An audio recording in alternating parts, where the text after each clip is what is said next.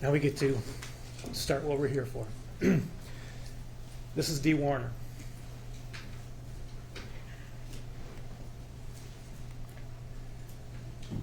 April 24, 2021, she went home to tell her husband, the defendant, that the marriage was over, they were selling their businesses, and they were through.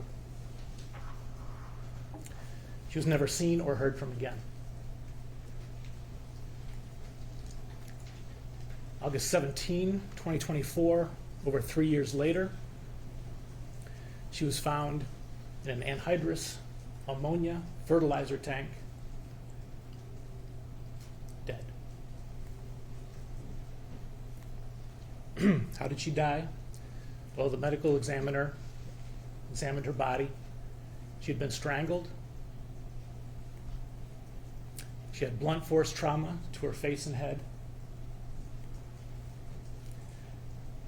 Her face and neck were wrapped in duct tape.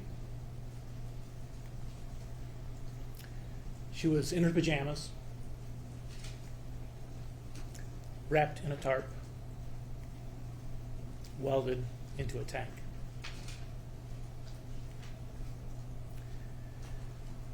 Now, she was born Dee Hardy. She was born into the Hardy family. She was first married, before she was married to the defendant, to Tim Bach, and the two of them had 4 kids. You'll hear from 3 out of the 4 will testify. In order, from oldest to youngest: Amber, TJ, Zach, and Raquel. At the time of April 24, 2021, all 4 kids were adults. You'll hear that Dee and Dale worked together at a company called Crop Production Services. They each got divorced from their spouses, got married, and they had a child together named Angelina. In April 2021, Angelina was 9 years old. Dale had also been married to Julie Warner. That couple had 4 kids who were also all adults in April of 2021. And their names are Jenica, Mackenzie, Jaron, and Cameron. And you may hear testimony from some of them.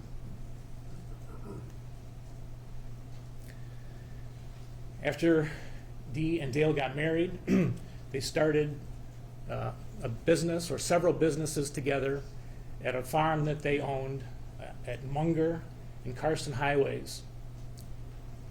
The businesses were called War Egg Farms, War Egg Farm Services, and DDW Trucking. They farmed thousands of acres. They provided chemicals and other farming supplies to local farms. And they did over-the-road heavy trucking to all places in Michigan and in Ohio. Dale did the farming, and Dee basically ran the office. There's going to be a lot of testimony about the Munger property. So I'm going to spend a little bit of time to show you the property that we're talking about, the different buildings, so you're familiar with that as you hear the testimony.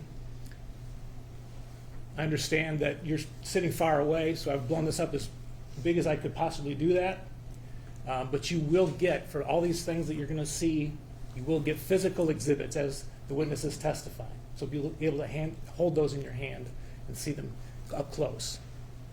But you see here, this is a 2020 overview. This is the closest in time that we have to April of 2021. And you'll see at the bottom edge, that's Munger Road. So the farm is to the north of Munger Road. This is another view that we will use fairly often throughout the course of this trial. You've got the buildings numbered because other than the house, which is number 3, people use different names for different buildings. But right there at the southern edge, building number 3, that's the house. That's where Dale and Dee lived. They had bedrooms for the kids, even though they were adults. This all takes place on this property. That's the back of the house. That's where everybody came and went from, parked in front of. That's the view from the road. That's the garage.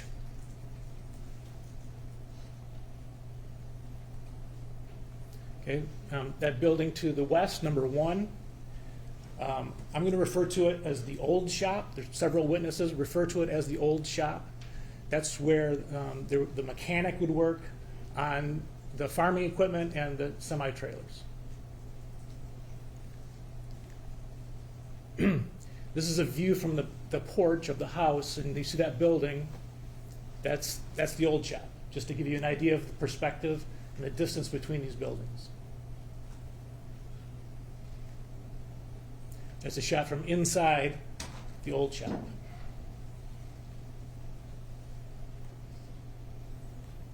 Okay, moving on to building number 2. That building stored dry chemicals, dry fertilizer, etc., in bays inside what we would call the dry barn or the dry fertilizer barn. That's a picture from inside the barn. You can kind of see the bays there. They're not real important to this case, but that implement, that farm implement, is important. That's a front end loader. You'll hear it referred repeatedly as the JCB. And you can see the initials JCB on the front end loader.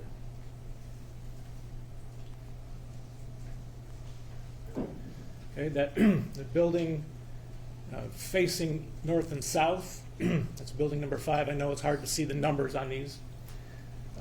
That is, I'm going to be referring to that as the new shop.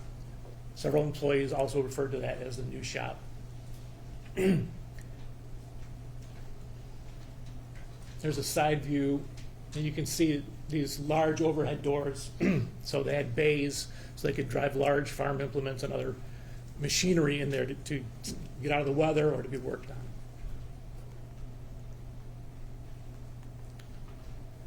Okay, number 6 there at the bottom is the office. This is where the office employees would go. So you can see it's part of that same building as the new shop, but it's on the right end there. And here's a close-up of the entrance to the office. And this is a shot. If you would go through that main door, you would be in this part of the office where several people had their workstations.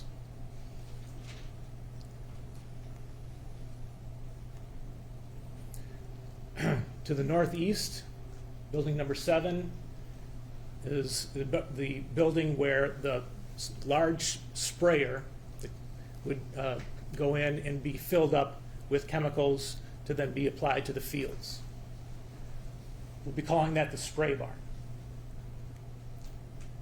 And you can see the sprayer can pull in one end, get filled up, and pull out the other end. I also want to bring your attention to this area to the northwest. I'm going to blow that up just to show you a few things.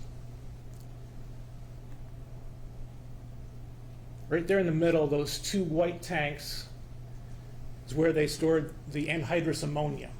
Again, it's a fertilizer. Tens of thousands of gallons were stored in those 2 tanks. Towards the bottom, you see 4 smaller tanks. Those smaller tanks would attach to the larger tanks and be filled with the anhydrous ammonia. That area there is referred to as the burn pile. This is where they would burn their trash. This will be important as we go on.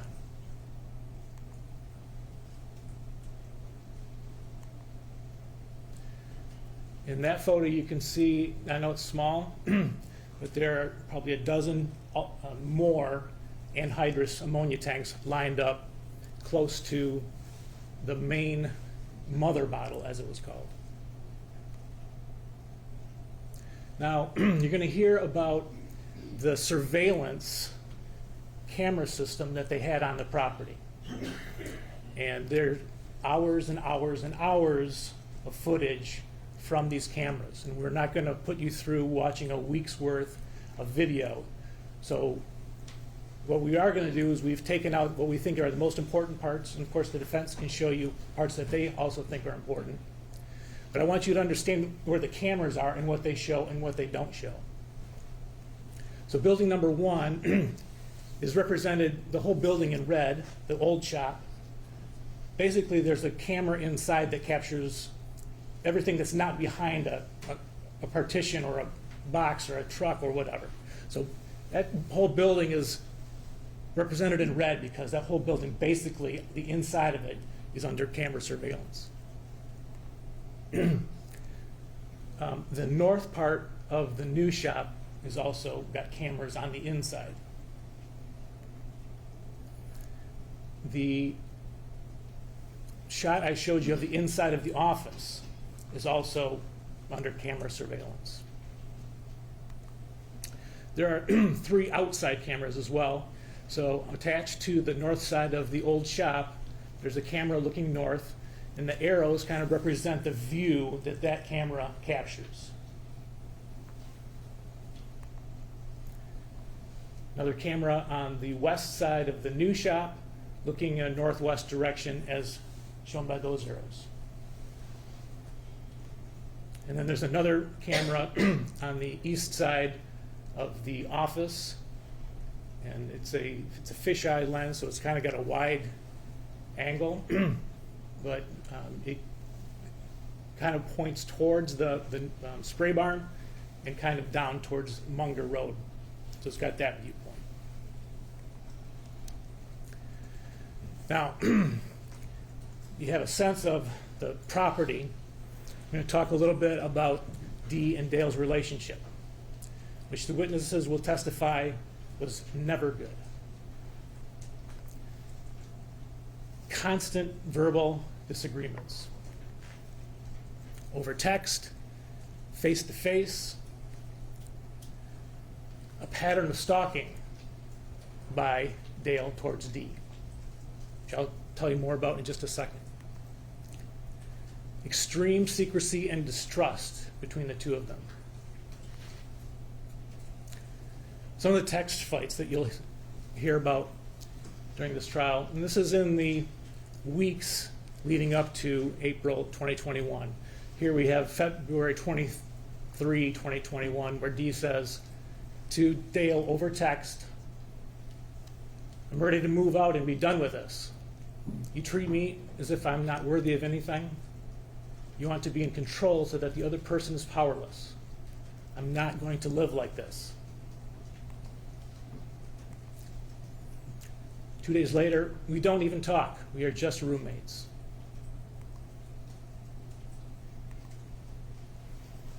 February 25, our relationship has gotten so much worse. I can't be with someone that does this to me. March 1st, nothing is ever good enough for you. You wonder why I don't sleep with you. All of this. They had a vacation planned to Disney World. I think they left on March 6th. 2 days before, she says, "You, I'm not going." You hear about face-to-face confrontations as well. Dee's daughter Raquel will testify to that. They had an exchange student from Italy staying with them, living with them, watching them, day after day. She'll testify. Giada Rowe is her name. And another young woman who was good friends and spent a lot of time at the Warner household. Her name is Madison Wolf. She goes by Maddie. We'll hear from her as well. Hardly a day would go by without a fight. There's one in particular that Stephanie Volkel will testify about. Stephanie was a good friend of Dee's. She also worked with Dee in the office. She says that at one point, Dale comes storming into the office in front of all the employees and puts his finger at Dee and says, "You, outside now," and proceeded to scream at her 2 feet away from her face in front of all the employees to see. Now onto the stalking behavior. Her main car was a Cadillac Escalade. Comes with OnStar. So you can go on your phone and you can find out where the car is. Well, you'll hear from the person from OnStar, Devin Newell is his name. They were able to pull up their records, how many times that Dale tracked Dee over the period from January of 2020 through April of 2021. And it was over 2,000 times that he tried to get her, or did find her location. It's over 4 times a day. Here's the app that would be used. I know you can't read the text at this point, but you'll get the exhibit. There's the button right there on the front part of the app that says View More.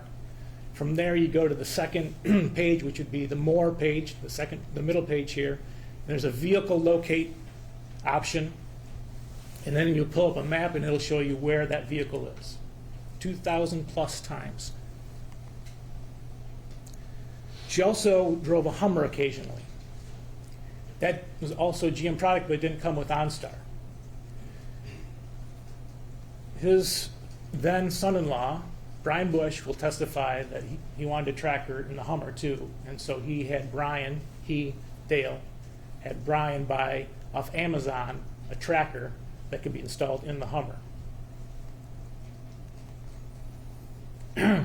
Dee discovered it, and there's a picture of it. We also have the Amazon purchase history from Brian Bush that shows him buying the GPS tracker. Brian will testify that Dale would call him and say, go online and find out where the Hummer is. Where's Dee in the Hummer? They had an IT person for the farm. Kyle Wagner will testify. Dee was scheduled for a medical procedure, and Dale approaches him and says, can you clone Dee's phone for me? Basically download everything that's on there, all her texts, all her phone calls. And Kyle says, no, I'm not gonna do that. I'm gonna violate her trust. Later on, when the police got a hold of his phone, Dale's phone, they see that he took 90 photographs of Dee's text with her son, Zach. And you'll see that exhibit as well. At one point, Zach and Dee were hiding things from Dale in the Munger house, in Zach's bedroom. And Zach goes to get in his safe, and he can't get in it. Well, long story short, Dale had Brian, the guy who got the tracker, get an exact replica of Zach's safe, switched them out, and broke into Zach's safe and replaced it with the one he got off Amazon. Zach will testify to this. But again, June 11, 2019, we have the record from Amazon of the safe that Brian bought for Dale.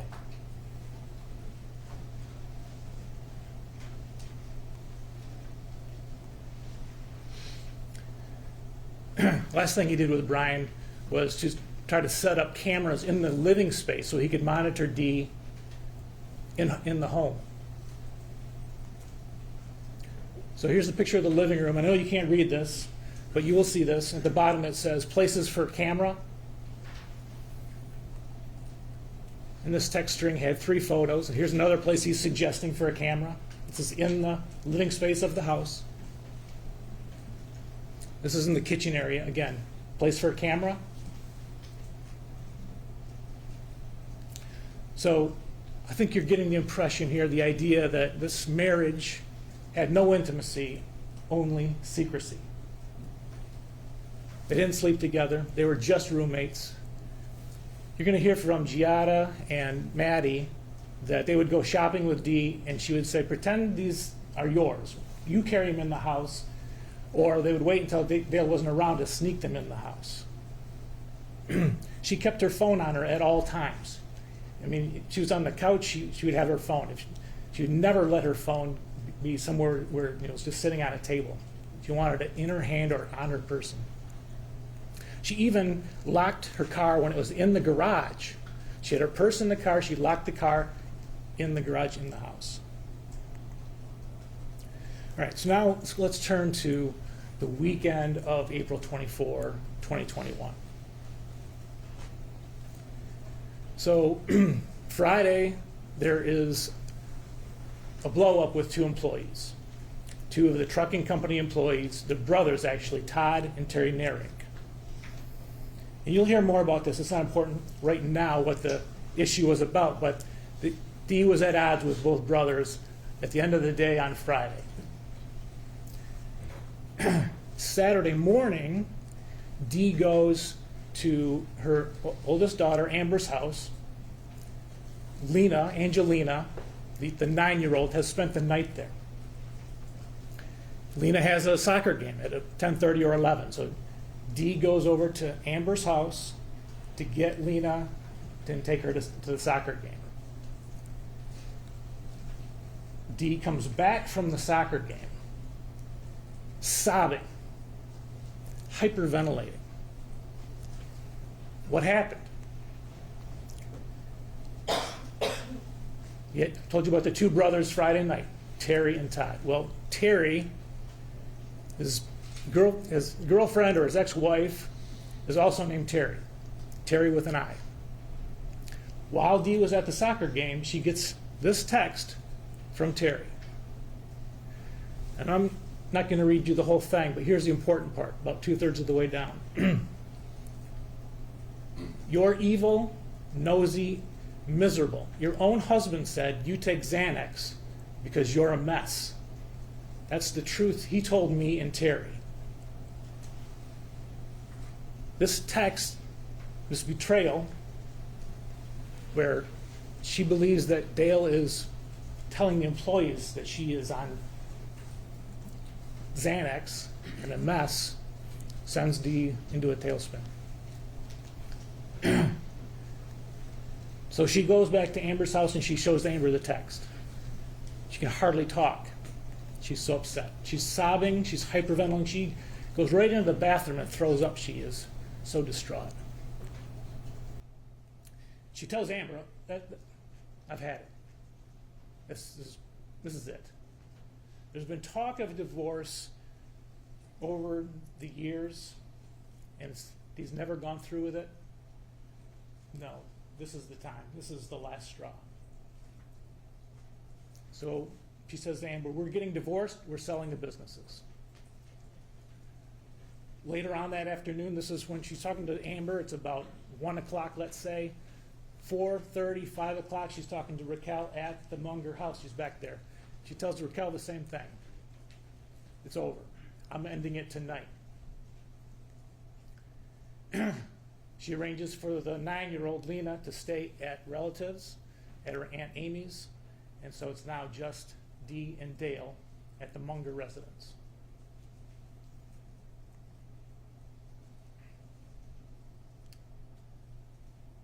Now, Dale, after Dee goes missing Saturday night into Sunday, he speaks with the police numerous times, and you're going to hear these interviews. And so he's acknowledged that he got a call Saturday, late morning, when he was out in the field doing his farming things. Dee calls him. He could tell by the tone of her voice, quote, he was going to get an ass chewing. And Dee said to him in that phone call, why are you telling the help I'm on Xanax? And we're done, we're selling everything. This is it. This is from his own lips. So, again, back to other interviews that what Dale told police happened after everyone left the property and it was just him and Dee Saturday night. He said that she was upset over the employees. Not that it was about divorce, it was about the fights Friday night. She accused him of being mean, and he tells the police, look, we've been going to marital counseling, and I've been told to de-escalate, and that's what I did. I de-escalated. He says, we never had this sell everything conversation. She brought it up, and I said, Dee, it's just not your decision. He tells police she wanted to escalate more, but I wouldn't go there. But she wouldn't let it go. She got herself so upset, according to him, that she got a migraine. She took some pills, ate some food. He rubbed her shoulder. She was calming down. She fell asleep on the floor. He put her on the couch and went to bed. And that's all that happened Saturday night. Sunday morning, Dale gets up early to go farming. He tells police, I leave the house. She's still snoring away on the couch where I left her. This is a shot of the living room looking towards the kitchen, and he later tells police that's the couch that I'm talking about.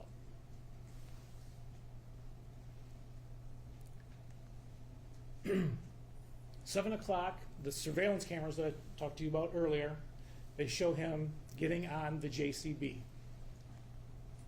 And here's that.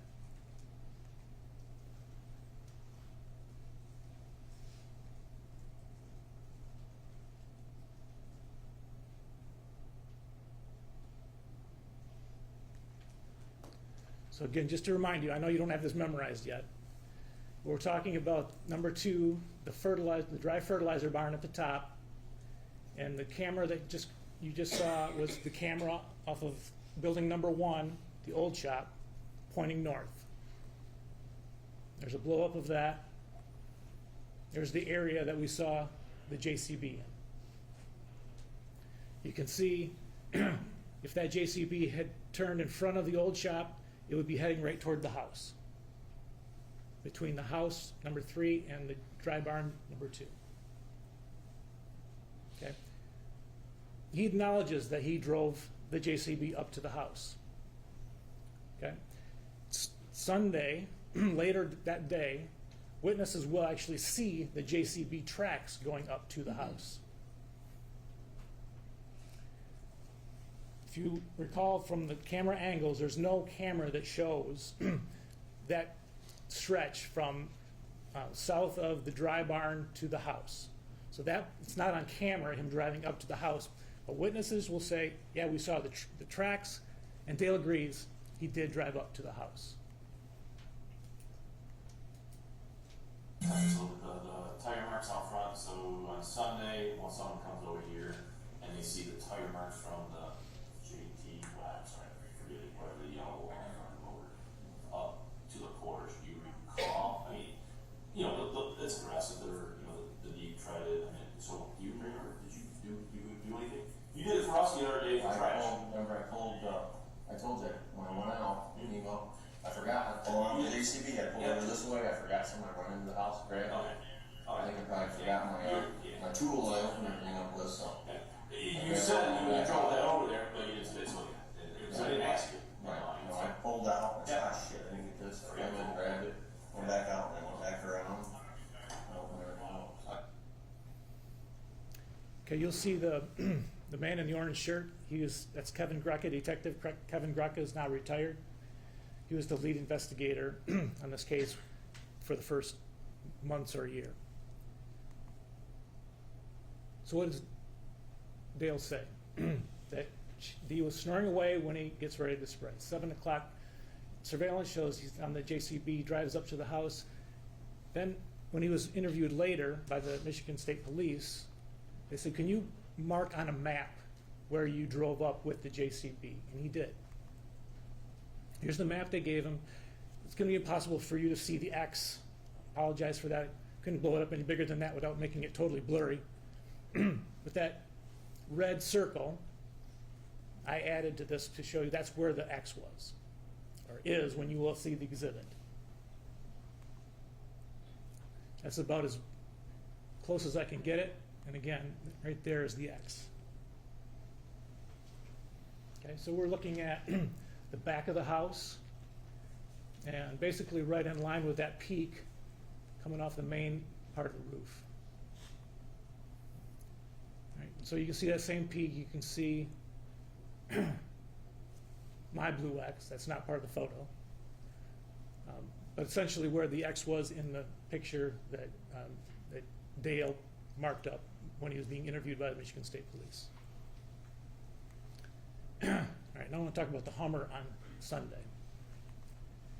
So they had taken the Hummer to Florida, and you'll hear from several witnesses saying it was parked in the same spot for weeks after they got back from Florida. And Saturday night was still parked in that same spot. And Dale admits to the police later on that Sunday morning, the only people that were around that could have moved it were him and Dee. And here's a picture from a couple days later, taken by the police, April 29th. Okay, Sunday is April 25th. But this is where the Hummer had been parked and was moved back when this picture was taken. Okay, you can see there the relation between the front end of the Hummer and the back door, which is right there. Okay. Now, in relation to the living room, the door that the Hummer is parked in front of is right there.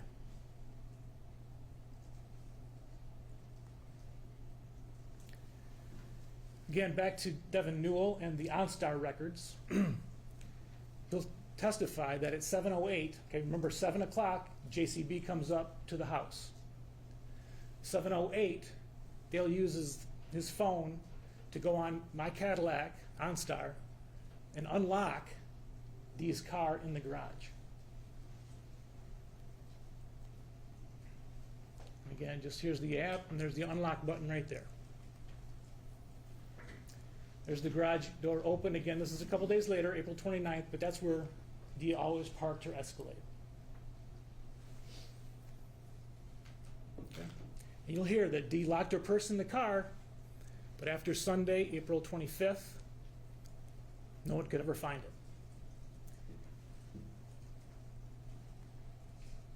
7:14, you'll see the JCB driving up to the northeast corner of the property. You'll also hear that Dee's phone made the last contact with the cellular network at 7:14. And after 7:14, her phone is never on again.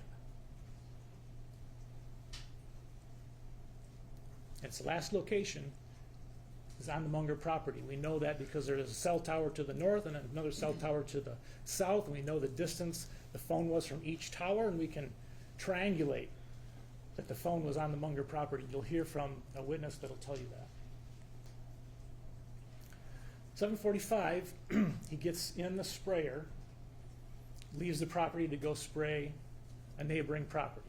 And he's basically out spraying until a little after 11. When he leaves, he texts Dee's phone, going spraying, call you later. Okay, so he leaves at 7:45, so he returns at 8:15 for about a half an hour to reload, goes back out in the sprayer, and that's where he is for about 3.5 hours total. So he's gone. Daughter Raquel, Dustin Lally, and their kids, two daughters, they have a standing invitation for Sunday morning breakfast.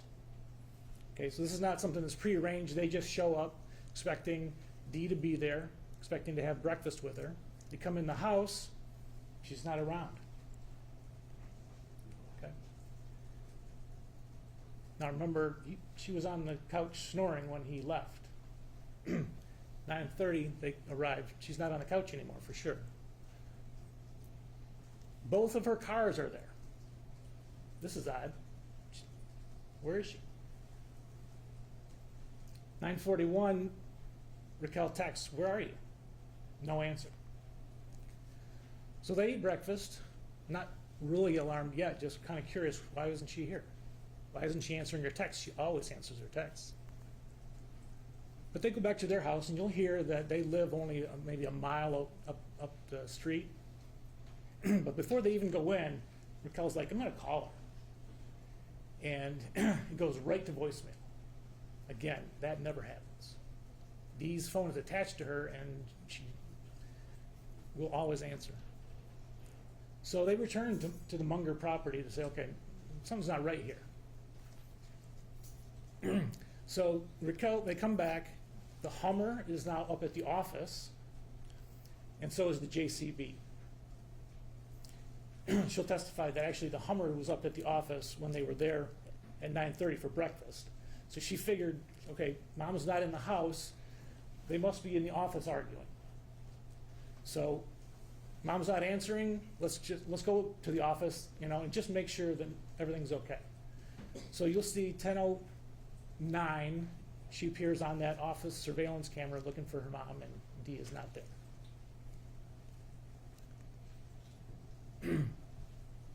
Okay, so Raquel and Dustin then go to Dee's brother and sister-in-law's house, Greg and Shelley Hardy.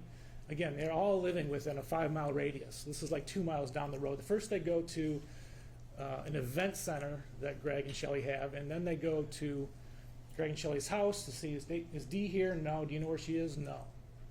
So now Shelley joins them as they start looking any place that Dee could possibly be. And the Warners have a property up at M50 and Onstead Highway that they call the Cedar Point property. It's got a lodge there. They go up. No, Dee is not there either. So now they've crossed off all the places that she possibly could be. We didn't really search the house. I mean, she wasn't answering when we called, but let's go search the house. But in the meantime, she calls her siblings, Amber, Zach, and TJ. Hey, do you know where Mom is? Have you seen her? No. She calls Stephanie, one of her best friends. Do you know where Mom is? Stephanie doesn't know either. Nobody knows where she is. Now Dale is out farming, but we know from his phone that between 7:45 and 10:30, he went on there and used Find My iPhone to see where Dee's phone was. Okay, and he also tried to look. Those Munger surveillance cameras have a remote access app, so you can go online and you can watch your security cameras. He tries to do that as well. 10:32, Stephanie calls, where's Dee?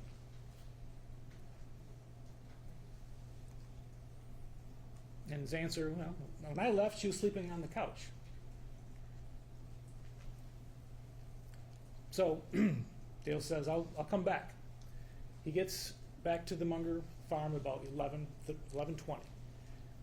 He goes to the office where the kids, Zach and TJ, are trying to figure out, they're calling around different places, they're looking at the computer monitor, they're accessing the history, the camera history, the footage, going back a few hours, seeing, can we see anything on the security cameras of what happened? How did she leave? Did she leave? What happened? So he comes in there, and next to that office, the picture I showed you, there's a hallway, and there's a lunchroom where Dale has his desk. And Dale comes out of there and he says, she left her wedding ring. And he shows them. So here's the camera view of the office. And you can see TJ, the oldest son, on the left with his arms behind his head. Dustin Lally is in the top corner with looks like a hoodie and some kind of a hat. And Zach is at the computer screen. And Dale is almost off screen on the right. And this is about the time, although he's off camera. And here's Shelley also in the room at the same time. But we can see that they're there at 11:59 on Sunday. From there, he goes to the house. Raquel is in the bedroom, in Dee's bedroom, and Dale says, "Here, she must have left because she took her go bag, she took her makeup bag, she took her curling iron, she took her hairspray. They're all gone." That's the bedroom we're talking about.